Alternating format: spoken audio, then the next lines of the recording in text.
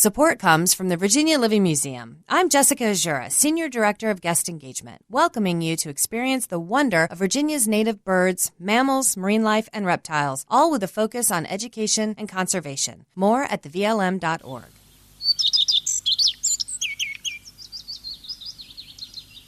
And a very good morning to you. Dwight Davis with you for our bird notes today. Tail wagging in birds, that is, moving the tail up and down, may seem an inconsequential thing, but in terms of field identification, it can be very important. For example, a small dark bird sitting upright on a branch in the shaded understory is immediately recognized as a phoebe because of the persistent tail wagging. And there are those who claim to be able to use tail wagging as a key in helping to identify those almost impossible to distinguish little Empidonax flycatchers. So what other birds wag their tails, and further, why? There's a group of sleek little birds called wagtails, which pump their tails up and down, thus their name. They're Eurasian birds, not seen here, but their close relative, the American pipit, can be observed here, wagging his tail. The spotted sandpiper bobs his body and tail up and down, as does the related wandering tattler of the Pacific. That accomplished songster, the hermit thrush, has a habit of cocking his tail upward and then more slowly lowering it. And there are warblers of the genus Dendroica, whose tail wagging can aid in identification.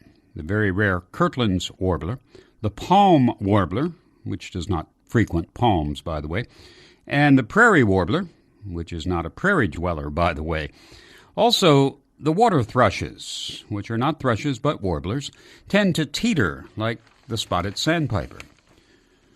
So what are we to make of this list of tail waggers? Perhaps nothing, but looking more closely, there are some vague links. Most of these birds tend to be terrestrial, ground feeders and dwellers. They seem to prefer watery or at least damp habitats. They're not, for the most part, especially showy birds in terms of plumage, and spots or streaks on the breast are evident. So, the unanswered questions. What is the relationship between spotted breasts and tail wagging? Between ground dwelling and tail wagging? And why do birds wag their tails anyway? What is the adaptive advantage of tail wagging, if any? Does anybody know? Does anybody need a good topic for a master's degree in ornithology?